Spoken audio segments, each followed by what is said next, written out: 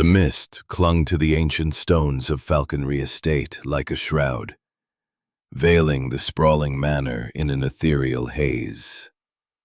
It was the autumn of 1935, and the air carried the sharp tang of damp earth and falcon cries echoing from the distant mews. Lord Reginald Harrington, master of the estate and renowned falconer, lay sprawled in his study, his lifeless eyes staring at the ornate ceiling. A single feather from his prized peregrine rested beside his hand, stained with blood. No weapon in sight, no sign of struggle, only the locked door and a whisper of wind through the cracked window. Who could have orchestrated such a silent demise? As the clock struck midnight, a shadow stirred in the hall, and the estate's secrets began to unfurl. Chapter 1. The Arrival of the Little Belgian. The fog hung low over the rolling hills of the English countryside, a thick gray veil that smothered the landscape in silence. It was the autumn of 1935, and the air carried a chill that seeped into the bones, sharpened by the distant cries of falcons slicing through the mist. Hercule Poirot, impeccably dressed despite the damp, adjusted his hat as the taxi rattled along the winding lane toward Falconry Estate. Beside him, Captain Arthur Hastings fidgeted, his overcoat buttoned tight against the cold. The vehicle's wheels churned through mud, the driver muttering about the cursed weather that had plagued the region for days. "Mon ami," Poirot said, his voice precise as ever. "This journey, it is not one of leisure. A death without apparent cause? Pah! The gray cells, they are already at work." His small gloved hand tapped his temple, and his green eyes gleamed with anticipation. Hastings, ever the loyal companion, sighed. "I don't like it, Poirot. A locked room, a dead lord, and all this talk of falcons. It's downright eerie. What do you make of Inspector Japp's telegram?" Poirot's lips curled beneath his immaculate mustache. "Inspector Japp. He is thorough but impatient. He says Lord Reginald Harrington was struggle. Just a feather, bloodied, beside him. We suspect poison, but the tox reports are clean so far. Door locked from the inside, window cracked an inch. Families in a state." Poirot's eyes sparkled. "A feather, you say, most intriguing. And the lock, it was not tampered with?" "Not a scratch," Japp confirmed. "The key was in Harrington's pocket. They entered the manor, the air heavy with the scent of polished wood and old money. The drawing room, where the household had gathered, buzzed with suppressed tension. Crystal chandeliers cast a soft glow over mahogany furniture, and a fire crackled in the hearth, doing little to warm the chill of suspicion. Lady Evelyn Harrington, the widow, sat ramrod straight in a velvet armchair, her pearl necklace glinting like ice. Her face, pale and composed, betrayed a flicker of grief. Or was it fear? Beside her, Dr. Marcus Thorne, the family physician, puffed on a briar pipe, his sharp eyes darting to every corner. Amelia Voss, the estate's falconer apprentice, stood near the window, her auburn hair catching the firelight as she clutched a worn leather glove. Jasper Klein, the butler, hovered at the edge of the room, his gaunt frame almost invisible in his black livery. Poirot bowed slightly. "Madame Harrington, mes condoléances. I am Hercule Poirot, and this is my associate, Captain Hastings. We are here to unravel the tragedy of your husband's passing." Lady Evelyn's voice was soft but steady. "Thank you, Monsieur Poirot. Reginald was in good health, or so we thought. To find him like that, in his study, with no explanation, it's unthinkable." Her fingers twisted a silk handkerchief. Dr. Thorne cleared his throat. I examined him yesterday morning, fit as a fiddle save for some insomnia. I prescribed a mild tonic, nothing more. Poirot's gaze shifted to Amelia, who seemed to shrink under his scrutiny. Mademoiselle Voss, you worked closely with Lord Harrington, no? His falcons, they were his passion? Amelia nodded, her voice firm despite her flush. Something out of a Gothic novel. Poirot's smile was enigmatic. No, mon ami. It is a puzzle, and puzzles have solutions. Let us see this study. The study was a fortress of oak and leather, its walls lined with books on falconry and estate ledgers. Lord Harrington's body had been removed, but the scene remained untouched. A heavy desk, a velvet chair, and the cracked window letting in a whisper of cold air. The bloodied feather, now in police custody, had left a faint stain on the blotter. Poirot knelt, inspecting the windowsill, his fingers brushing a faint scratch mark. Curious, he murmured. The window. It is too small for a man, but perhaps not for something else. Japp frowned. You're not suggesting a bird did this? Poirot's eyes twinkled. I suggest nothing, Inspector. I observe. Lady Evelyn, who had followed, spoke suddenly. Reginald was troubled lately. Debts, you see. He wagered heavily on falconry competitions, too heavily.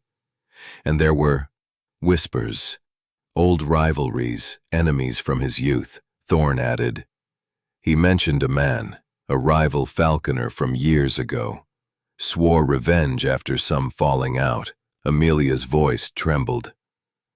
We argued yesterday. He thought I'd been careless with Shadow.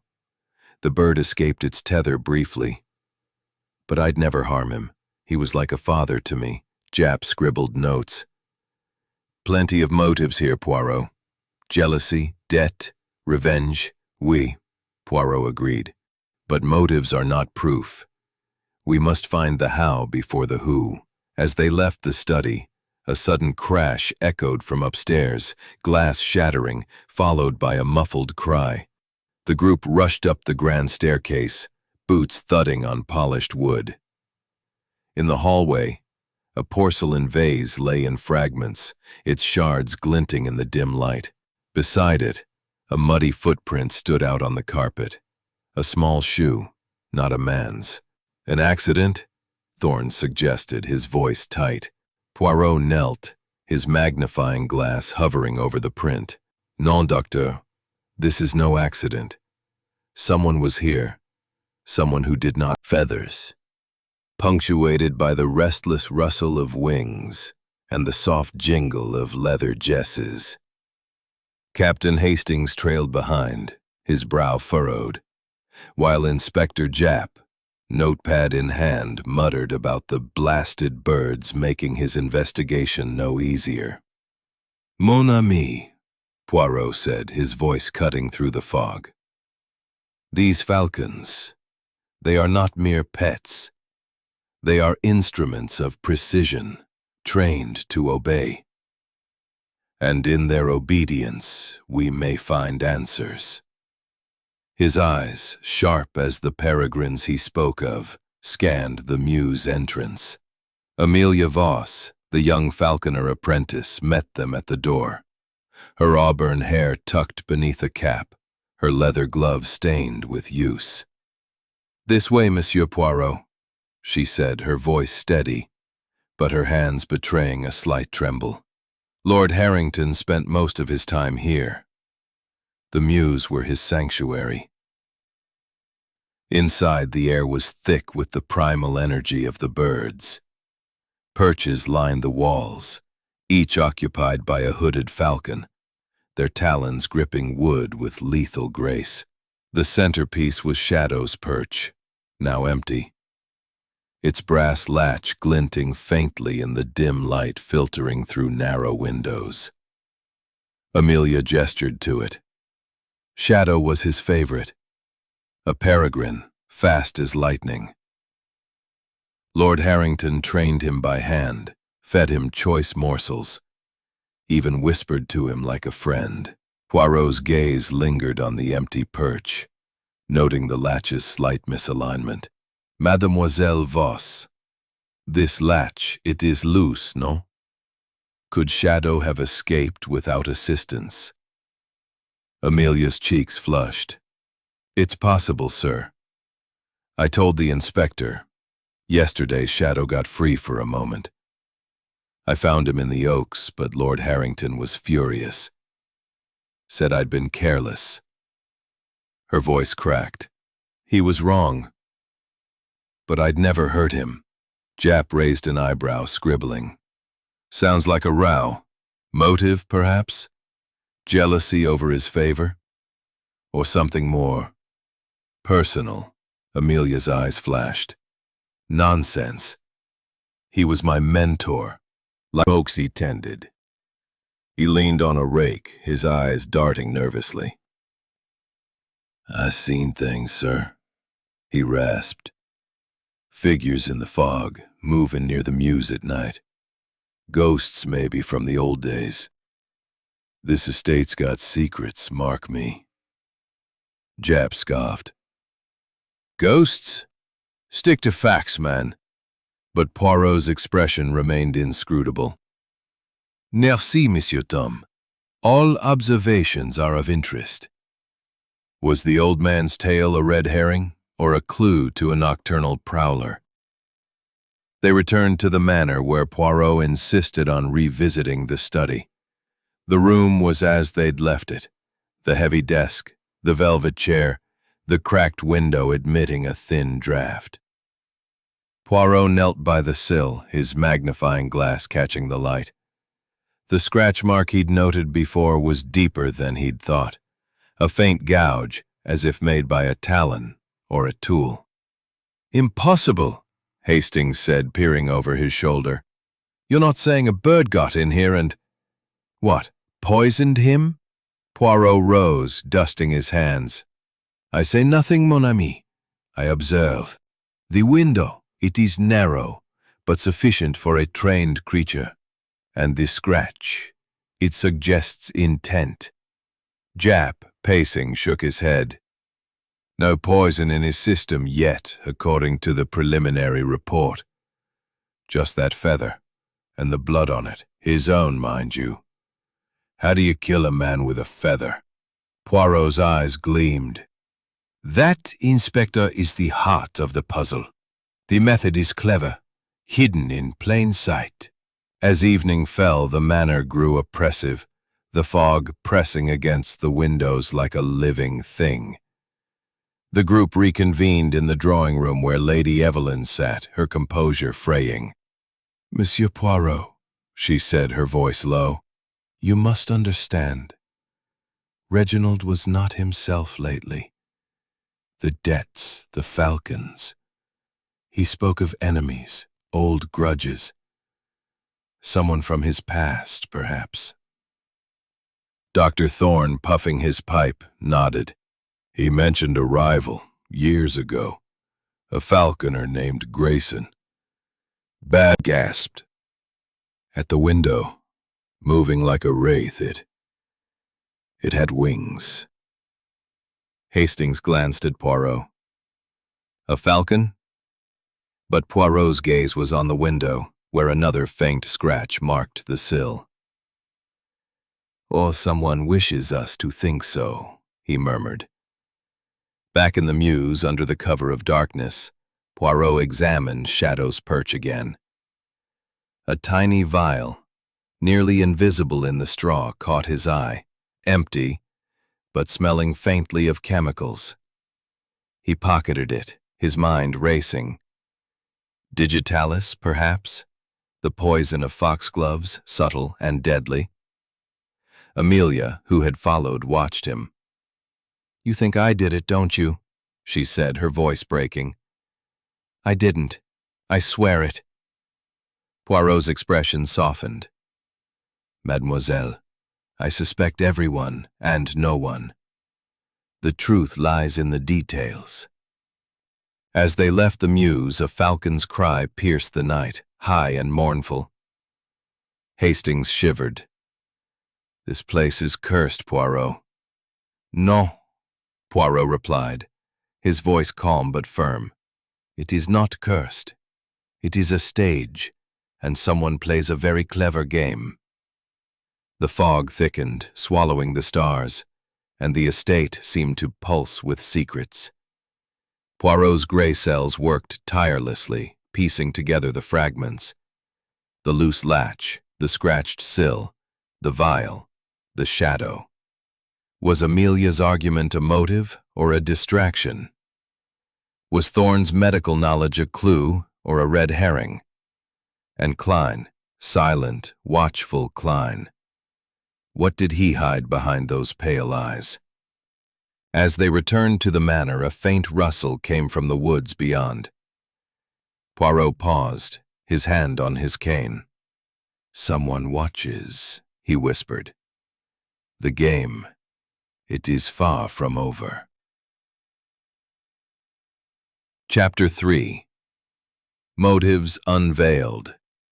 The library of Falconry Estate was a cavern of knowledge, its towering shelves groaning under the weight of leather-bound tomes on falconry, history, and arcane lore. The air was heavy with the scent of aged paper and wax polish, and a fire crackled in the massive hearth, casting flickers. Poirot, this is absurd, she said, her voice trembling but sharp. Reginald was my husband. Why would I wish him harm? Poirot's mustache twitched. Madame, the art of a marriage is a complex thing. Tell me, was your husband's will generous to you? The estate, it is burdened with debt, non? Her eyes flickered, a momentary crack in her composure.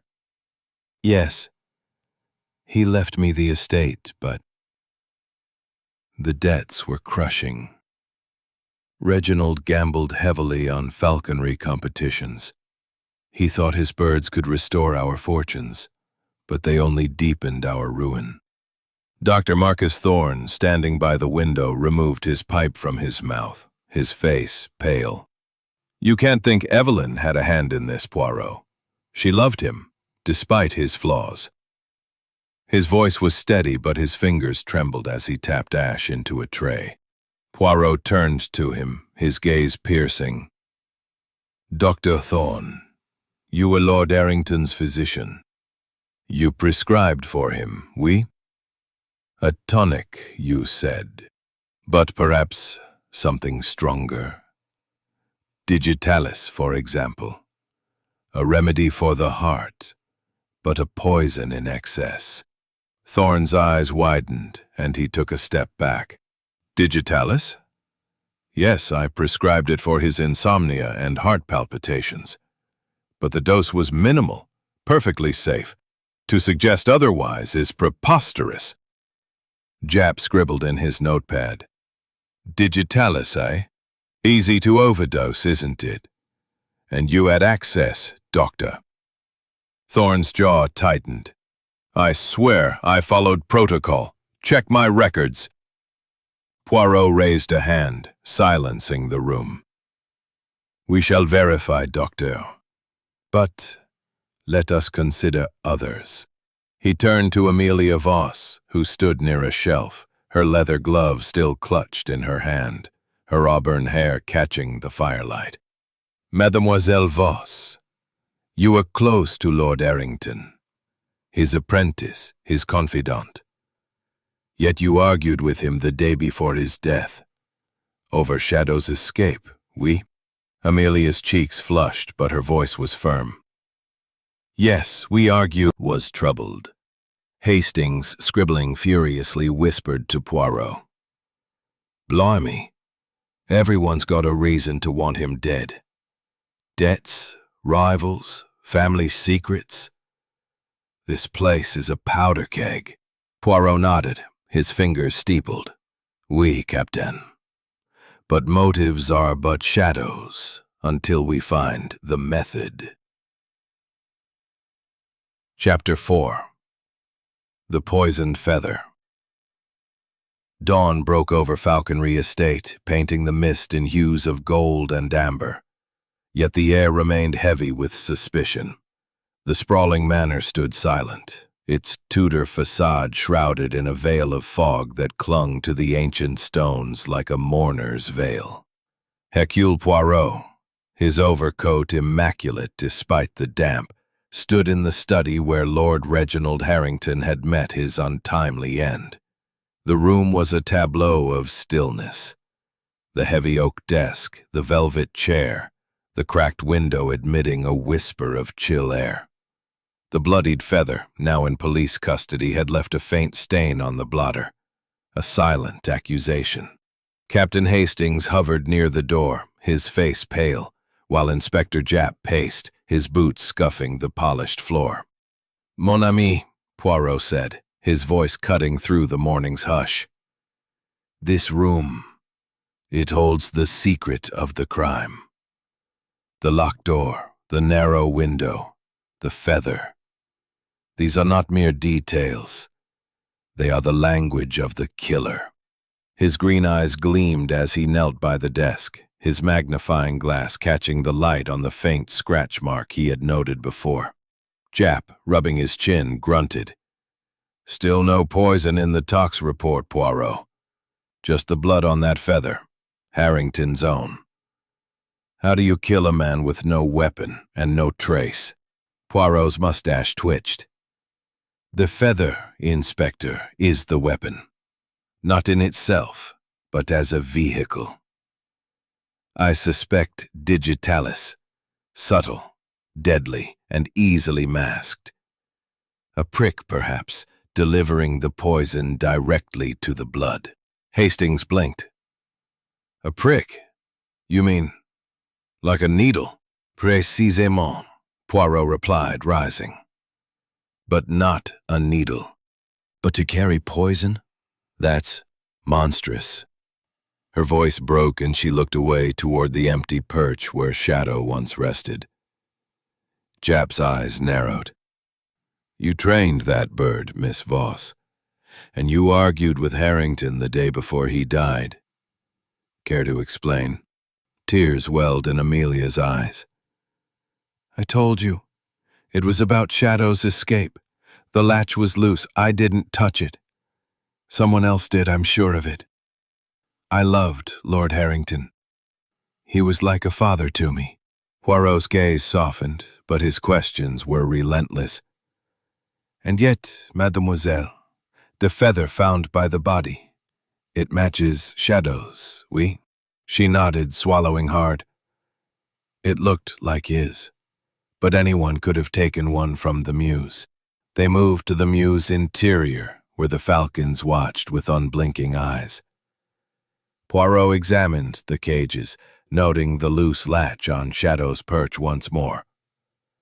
He bent down, sifting through the straw, and retrieved a small, empty vial, its faint chemical odor unmistakable. "Digitalis," he murmured, pocketing it. "The puzzle begins to take shape." Hastings shivered. "This place is eerie, Poirot. Those birds, they're like sentinels, guarding secrets. Oui, Captain, and secrets they shall reveal." Poirot turned to Amelia. "Show us how Shadow is handled." Amelia, hesitant, demonstrated. She donned her glove, mimicked calling Shadow, and explained how falcons were trained to return with prey or signals. "They're loyal," she said. "Shadow would fly through any storm for Lord Harrington." Japp scribbled notes. "Loyal to you too, eh? Enough to frame you as the killer?" Amelia's face crumpled. "No, I'd never." Before she could finish, Lady Evelyn entered the mews, her silk shawl trailing like a ghost. "Monsieur Poirot," she said, her voice trembling, "I must speak. I suspected Reginald of an affair with Amelia. I saw them together in the mews, too close, too often." Amelia gasped. "That's a lie. He was my mentor, nothing more." Poirot's eyes narrowed. "Madame, this poison, your grudge.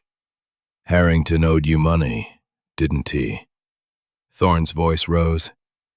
Yes, he owed me, but I didn't kill him. Check my bag, nothing's missing. Poirot, however, was already at Thorne's medical bag, left carelessly in the drawing room. With a flourish, he produced another vial, half empty, labeled digitalis. Explain this, doctor. Thorne stammered. I don't know. Someone must have planted it. A red herring, perhaps? Poirot mused, his eyes twinkling. Or a truth poorly hidden. As evening descended, the manor grew oppressive, the fog pressing against the windows like a conspirator. Jasper Klein served tea in the drawing room, his movements precise but his hands trembling slightly. Poirot noticed a faint scar on the butler's wrist, a talon mark perhaps. Monsieur Klein, he asked, you handle the falcons? Klein's pale eyes flickered. Rarely, sir. Only to assist Lord Harrington. The birds are particular. Poirot nodded, filing the detail away. As the group sipped their tea, a sudden gust rattled the windows, and a note slipped under the study door. Leave or die. The handwriting was jagged, urgent. Hastings gasped. A threat? To you, Poirot? Poirot examined the note, his expression unreadable. To someone. But who is the target, and who is the sender? Thunder rumbled outside, the storm gathering strength. Poirot's mind raced, piecing together the fragments, the loose latch, the scratched sill, the vial, the threat. Was Amelia's loyalty genuine, or a mask for betrayal? Was Thorne's negligence a crime or a frame? And Klein, silent, watchful Klein, what did his scar conceal? As the group dispersed, Poirot lingered in the study, his fingers tracing the feather's stain on the blotter. The method is clear, he murmured to Hastings. A falcon, trained to deliver death through a poisoned feather. But the who? That remains hidden. Outside, the storm broke, lightning illuminating the estate's towers. Like this. Secrets long buried, waiting to be unearthed. His green eyes scanned the clutter. Stacks of yellowed newspapers, tarnished silverware, and forgotten portraits leaning against beams. Hastings sneezed, waving away the dust. Blimey, Poirot, this place is a tomb. What are we looking for exactly? More feathers? Another vial? Poirot's mustache twitched with amusement. Patience, Captain. The clues are not always feathers or vials. Sometimes they are in the faces of those who came before. He approached a large trunk, its brass locks rusted but yielding to his gentle pry. Inside, amid moth-eaten linens, lay a collection of photographs, their edges curled with age. Hastings peered over his shoulder. Look at this one, he said, holding up a sepia-toned image. It depicted two young men in falconry gear, birds perched on their gloved arms, smiles broad under the sun. The caption, scrawled in faded ink, read, Reginald and Marcus, partners in the hunt, 1910. But another crossed out beneath, Betrayal at the hunt. Poirot's eyes narrowed. Most intriguing. A motif ancien. Revenge, perhaps? The gray cells, they stir. They delve deeper, unearthing letters tied with ribbon, their script elegant but urgent. One, dated 1912, from Marcus Thorne to Reginald Harrington. You took her from me, old friend. The pain festers, but I shall forgive, for now. Hastings whistled. Thorne and Harrington, rivals for Lady Evelyn's hand. That explains the tension. Oui, Poirot agreed, pocketing the letter. A grudge that simmers like a pot on low flame. But is it enough for murder? Downstairs, the manor stirred with the day's activities, but the atmosphere was charged, as if the estate itself sensed the unraveling truths. In the drawing room, Lady Evelyn Harrington sat by the fire, her pearl necklace glinting like tears unshed. Dr. Marcus Thorne paced nearby, his pipe forgotten in his hand. Amelia Voss stood at the window, gazing at the fog-shrouded mews, while Jasper, heart condition, or a weapon for one with a grudge. Thorne bristled. I told you, the dose was safe. Reginald consulted me about his insomnia. I helped as a friend. Amelia, turning from the window, interjected. There's more to it. Lord Harrington spoke of his past, regrets, he called them. He mentioned a woman, before Lady Evelyn. Did it involve you, Doctor? Thorne's jaw tightened. Ancient history, not relevant. Inspector Japp, who had joined them, grunted. Everything's relevant in murder, Doctor. Spill it. Under Poirot's unrelenting stare, Thorne sighed. Fine. There was a woman, Isabel. Reginald and I both courted her. She chose him, but he abandoned her. She took her own life. I blamed him, but time heals. Hastings whispered to Poirot, motive aplenty, revenge for a lost love. Poirot nodded subtly. Oui, but let us not jump to conclusions. Mademoiselle Voss, you eavesdropped on such conversations? Amelia flushed. Sometimes. I was in the mews, voices carry. Last week I heard him argue with someone. Harsh words about paying for the past. Klein cleared his throat. If I may, sir, Lord Harrington received a letter recently. Anonymous, threatening. He burned it, but I glimpsed it. Your sins will catch you. Japp's eyes lit up. Why didn't you mention this before? Klein's pale gaze was steady. I thought it a prank. Now, perhaps not. Poirot's fingers steepled. The past, it haunts this house. To unearth more, we shall conduct a séance, yes, a gathering to summon spirits. It may unnerve the guilty. Hastings blinked. A séance? Poirot, you're not serious. That's supernatural nonsense. Poirot's smile was enigmatic. No, Captain. It is psychology. The mind, under pressure, reveals truths. That evening, as shadows lengthened and the fog thickened outside, the group assembled in the subtly. Digitalis, he murmured. Poisoned, none? Amelia gasped. What? That's impossible. I use those gloves daily. Framed, perhaps, Poirot said. Or careless.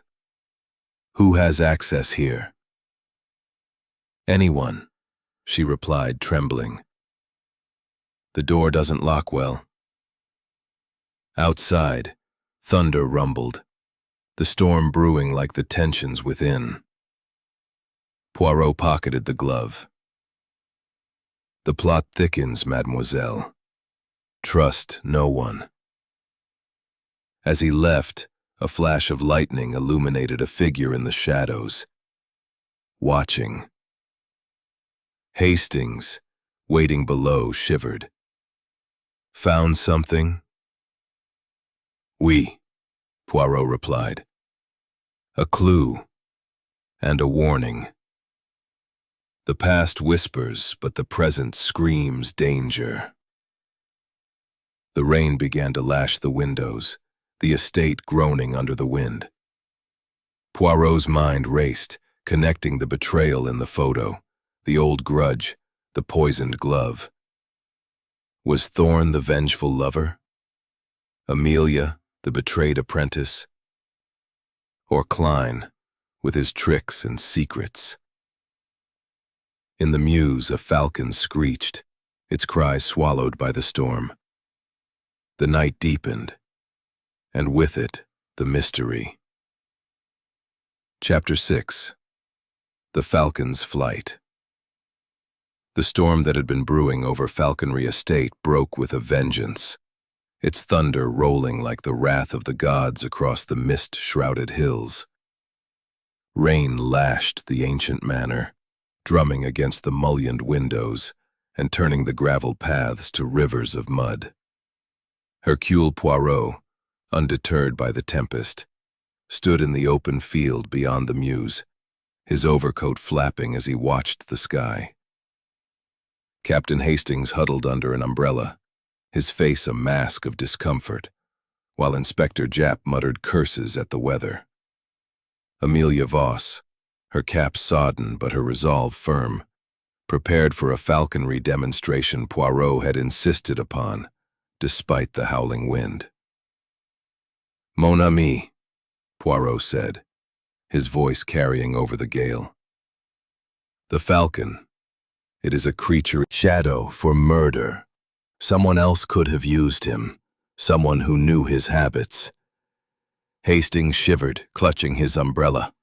"This storm's bad enough without talk of killer birds, Poirot. What's the point of this?" Poirot's mustache twitched. "The point, Captain, is clarity. The method of the crime. It is tied to the falcon. Let us seek further evidence." As shadow landed, a glint of paper caught Poirot's eye, tied to the bird's jess with a thin cord. Amelia gasped, untying it. The note, damp but legible, read, "The truth lies in the tower." The handwriting was jagged, urgent, like the threat slipped under the study door. Japp's eyes widened. A clue? Or another trick?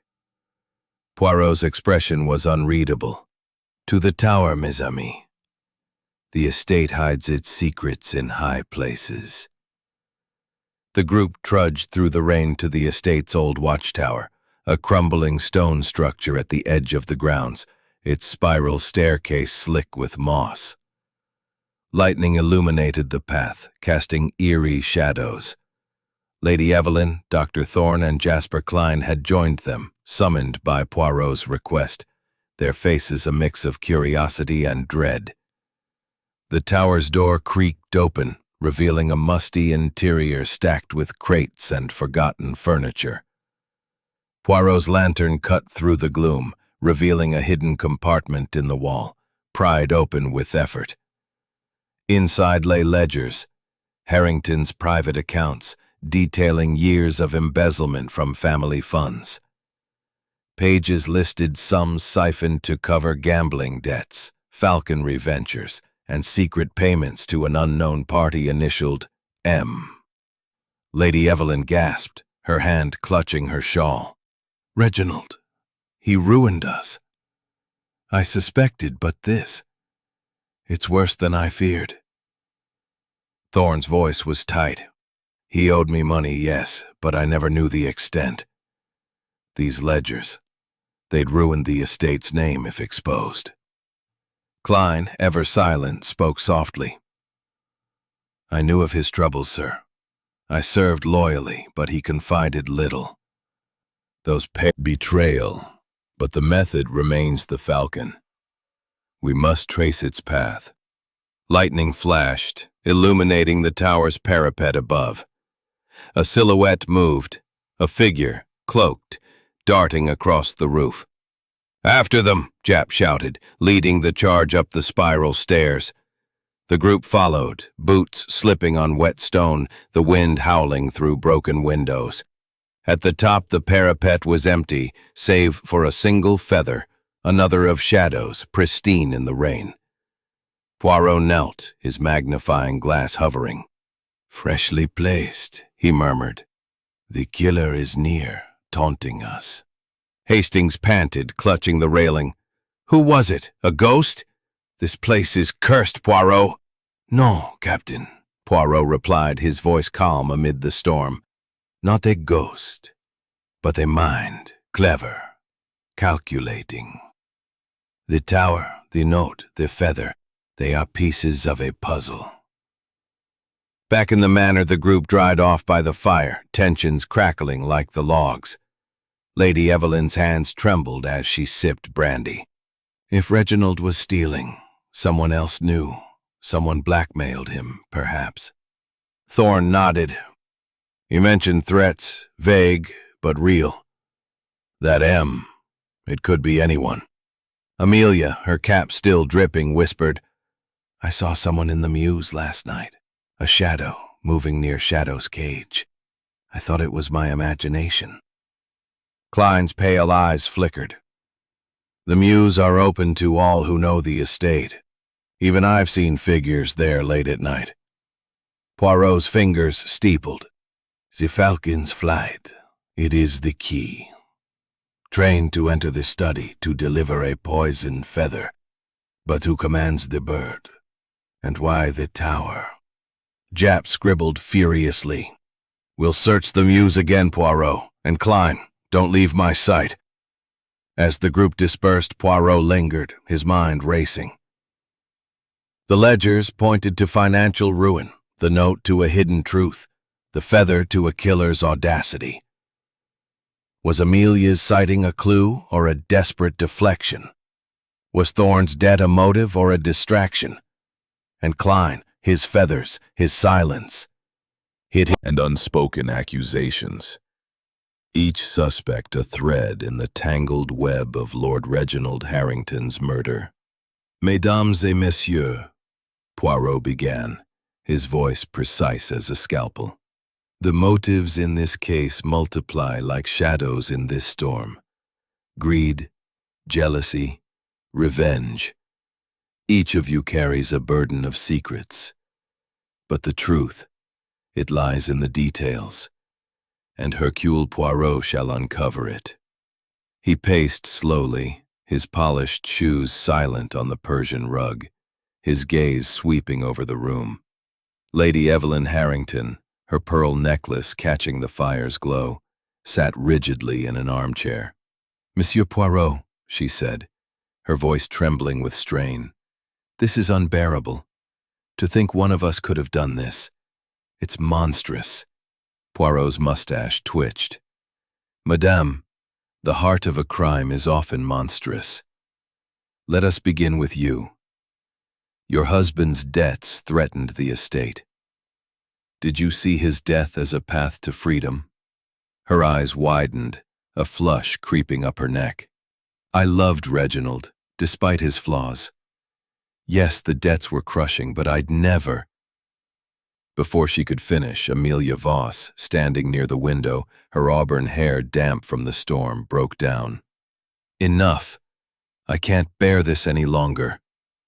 Her voice cracked, tears streaming down her face. Lord Harrington wasn't just my mentor.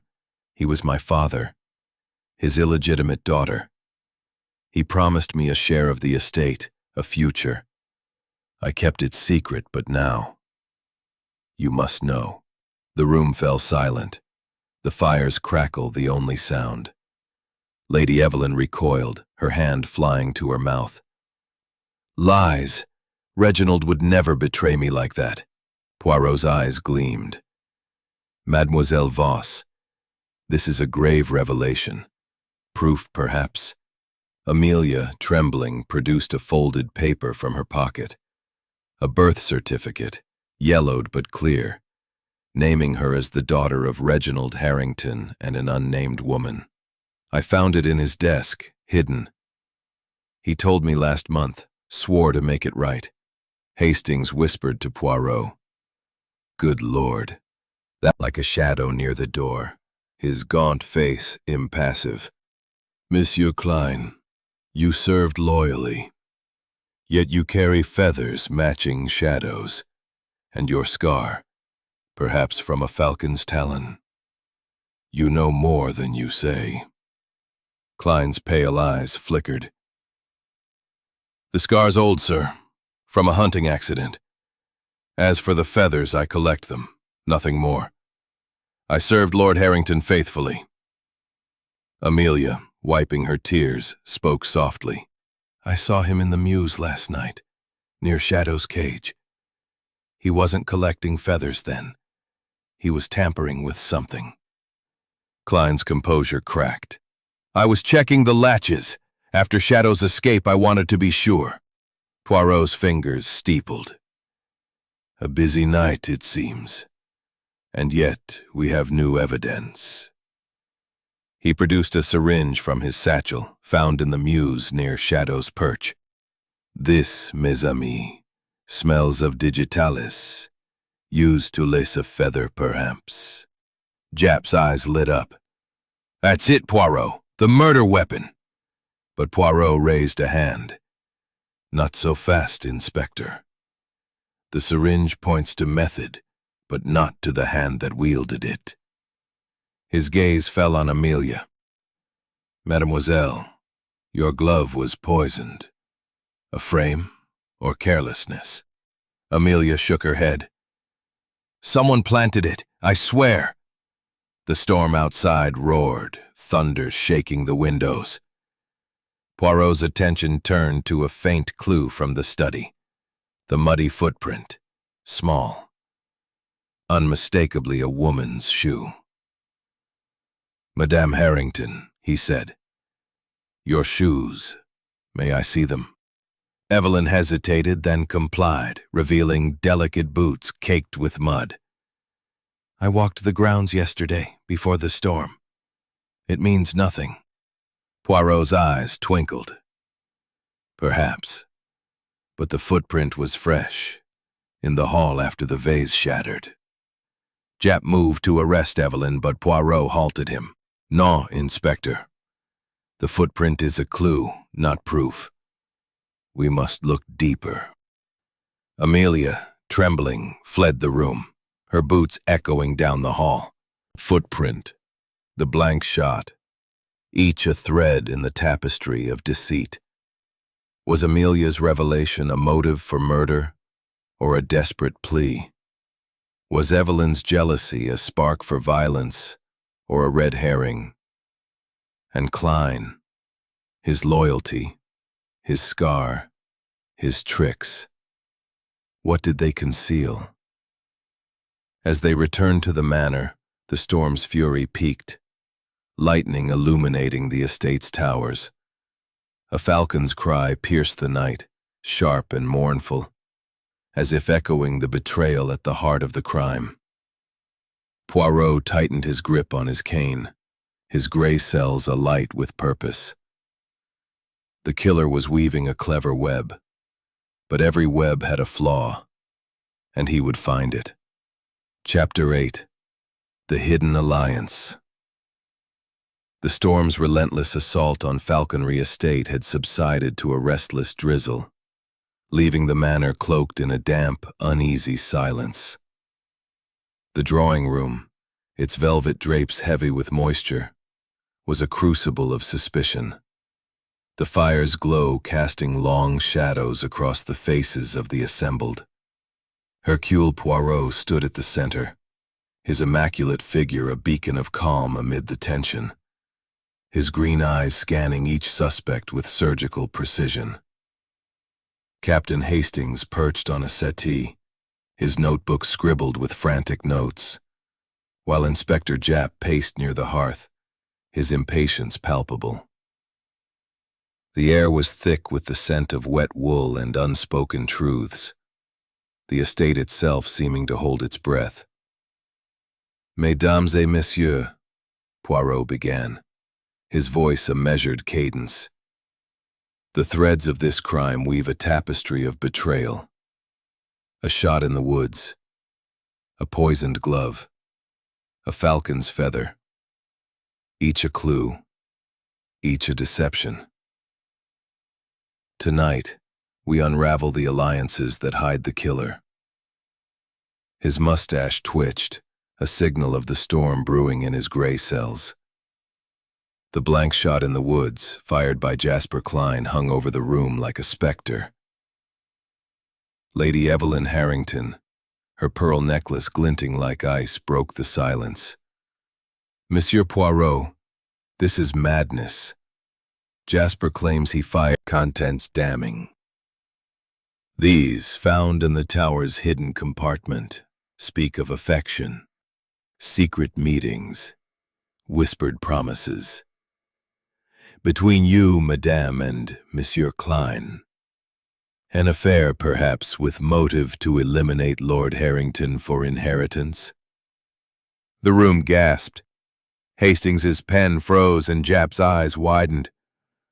Blimey, Poirot, that's a bombshell. Lovers plotting murder? Evelyn's voice rose, trembling. Yes, I confess. We were close. Reginald's debts, his distance. Jasper offered comfort. But murder? Never. I loved my husband, despite his flaws. Klein stepped forward, his gaunt face resolute. It's true, sir. I care for Lady Evelyn, but I'd not kill for her. My shot was to protect, not harm. Poirot's eyes twinkled.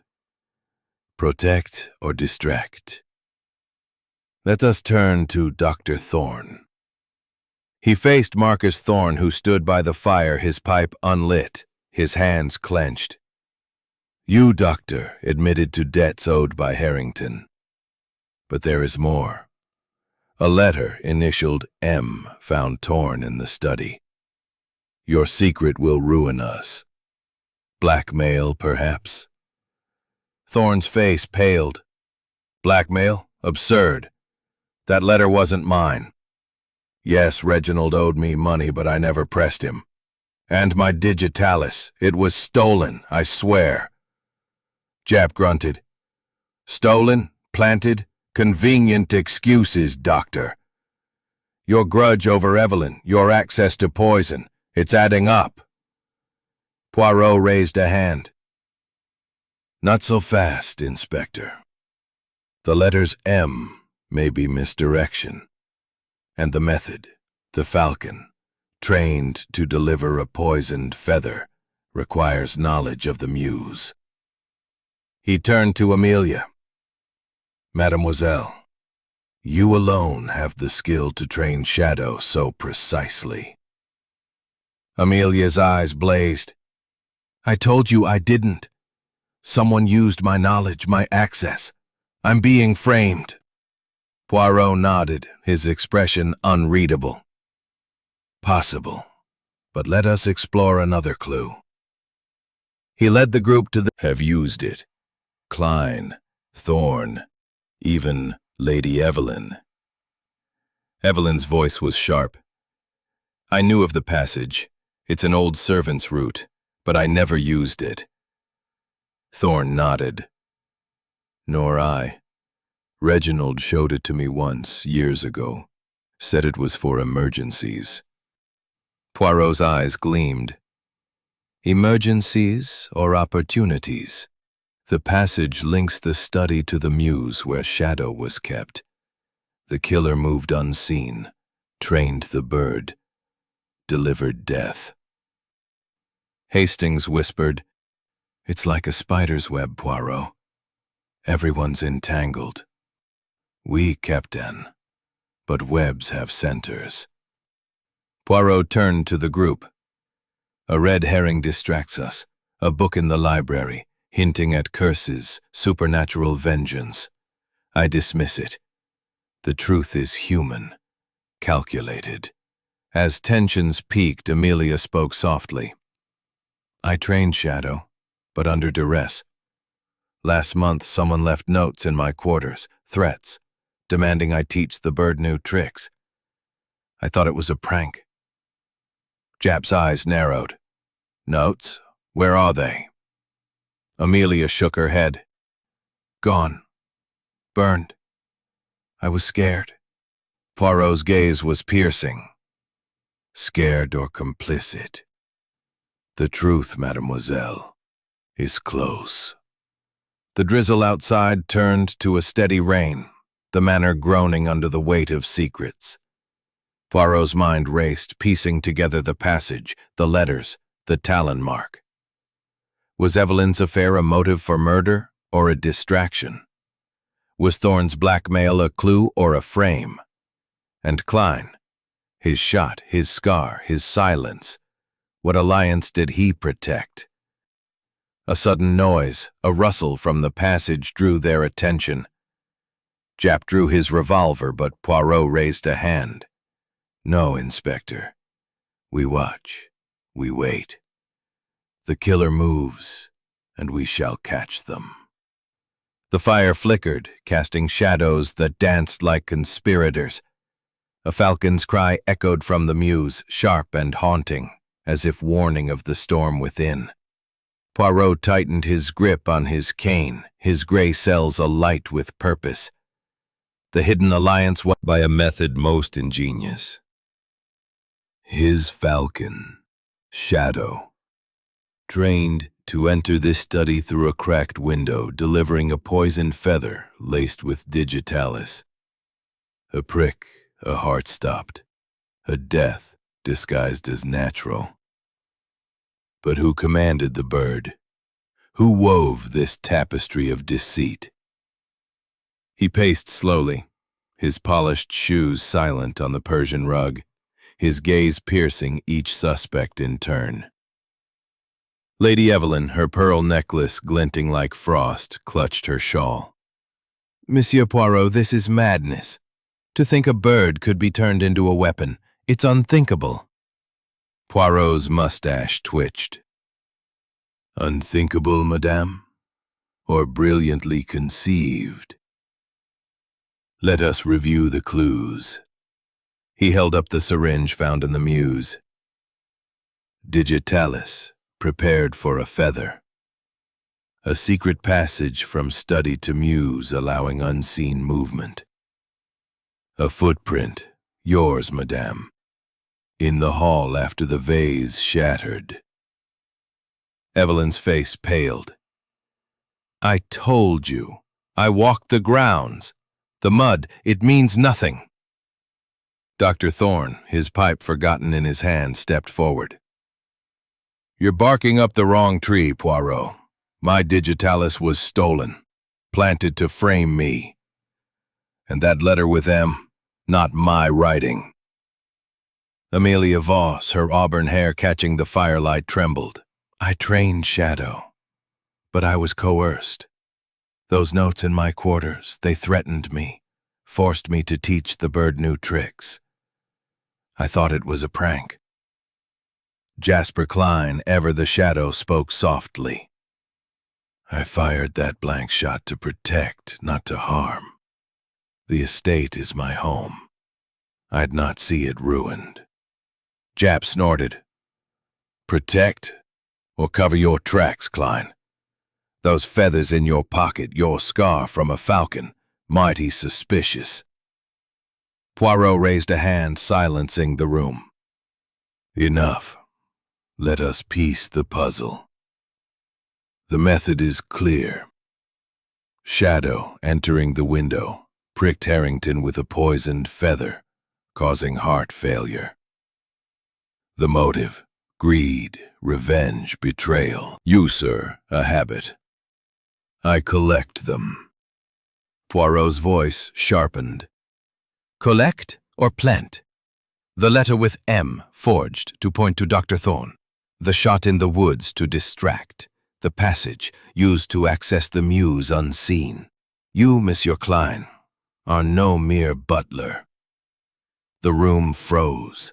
The fires crackled, deafening in the silence. Amelia whispered, "Jasper, but why?" Poirot's fingers steepled. "Motive, mademoiselle. In the attic we found letters, not just of love, but of lineage. Jasper Klein, you are Lord Harrington's half-brother, born of a secret liaison, denied inheritance by your father's will. You served here, watching wealth slip through Reginald's hands, your resentment festering." Klein's composure cracked, his gaunt face twisting. How did you know?" Poirot produced a photograph from the attic, showing a young Reginald with a man resembling Klein. The resemblance, subtle but clear. And the ledgers, payments to M were to your mother, cut off when Reginald learned of them. Revenge, Monsieur Klein, for a lifetime of rejection. Klein's voice was low, venomous. He squandered everything, our legacy. I trained Shadow in secret, used Thorn's digitalis, framed Amelia. The feather was perfect. No one suspects a bird. Jap lunged, handcuffs ready. Got you, Klein. Confession sealed. But Poirot's gaze lingered on Evelyn. Madame, you suspected Klein's actions, did you not? Your footprint, your opened window. Complicity or coincidence? Evelyn sobbed. I suspected something, but I didn't know. I thought he was protecting me. Amelia, tears streaming, clutched her locket. I'm innocent, Monsieur Poirot. I swear it. Poirot nodded. Oui, mademoiselle. Your role was unwitting, coerced by Klein's threats. Thorn, shaking, muttered, I was careless with my bag, but I didn't kill him. The drizzle outside intensified, shrouded in the oppressive fog that had cloaked the truth. In the drawing room, where the fire now burned low, Hercule Poirot stood before the remnants of the household, his small frame radiating a quiet triumph. His green eyes, sharp as ever, surveyed the faces of Lady Evelyn Harrington, Amelia Voss, and Dr. Marcus Thorne, while Captain Hastings sat by the hearth, his notebook closed, and Inspector Japp stood ready to escort the guilty. Jasper Klein, the butler revealed as murderer and half-brother, sat handcuffed, his gaunt face a mask of resignation. Mesdames et messieurs, Poirot began, his voice steady and resonant. The puzzle of Lord Reginald Harrington's death is solved. A crime most ingenious, executed with the precision of a falcon's flight, yet undone by the clarity of the gray cells. Let us recount the truth, so that no shadow of doubt remains. His mustache twitched, a signal of the meticulous unraveling to come. Lady Evelyn, her pearl necklace dull in the morning light, clutched her shawl. Monsieur Poirot, I still cannot believe it. Jasper, our Jasper, a killer, and Reginald's brother? Her voice trembled, caught between grief and disbelief. Poirot nodded, his expression softening. Oui, madame. The truth is often painful, but it is clear. Jasper Klein, born of your husband's father and a woman denied recognition, grew up in the shadow of this estate. Denied inheritance, he served as butler, watching Reginald squander the family's wealth on falconry and gambling. His resentment festered, a wound nurtured by years of silent servitude. Amelia Voss, her auburn hair catching the sunlight through the window, gripped her locket. Harrington's gift to his secret daughter. But why use shadow? Why frame me? Her voice was steady, though her eyes glistened with unshed tears. Poirot turned to her, his gaze gentle but piercing. Mademoiselle, your role was unwitting. Upon the fog of deception, the supernatural whispers, the broken vase, the ghostly figures. They were Klein's tricks, aided by his ventriloquism and knowledge of the estate. The footprint in the hall, Madame Harrington's, was a coincidence. Her walk in the mud exploited to cast suspicion. Evelyn's voice broke. I opened the window for air, as Reginald liked. I never thought. Jasper, how could you? Klein's pale eyes met hers, a flicker of defiance fading to remorse. He took everything, our name, our legacy. I wanted justice, Evelyn. For our mother cast aside, for me left with nothing. Shadow was my tool, loyal, precise, unsuspected. Hastings, leaning forward, marveled. Brilliant, Poirot. The falcon as a murder weapon? It's like something from a novel. Poirot's smile was faint. No, Captain. It is human nature, cloaked in cunning.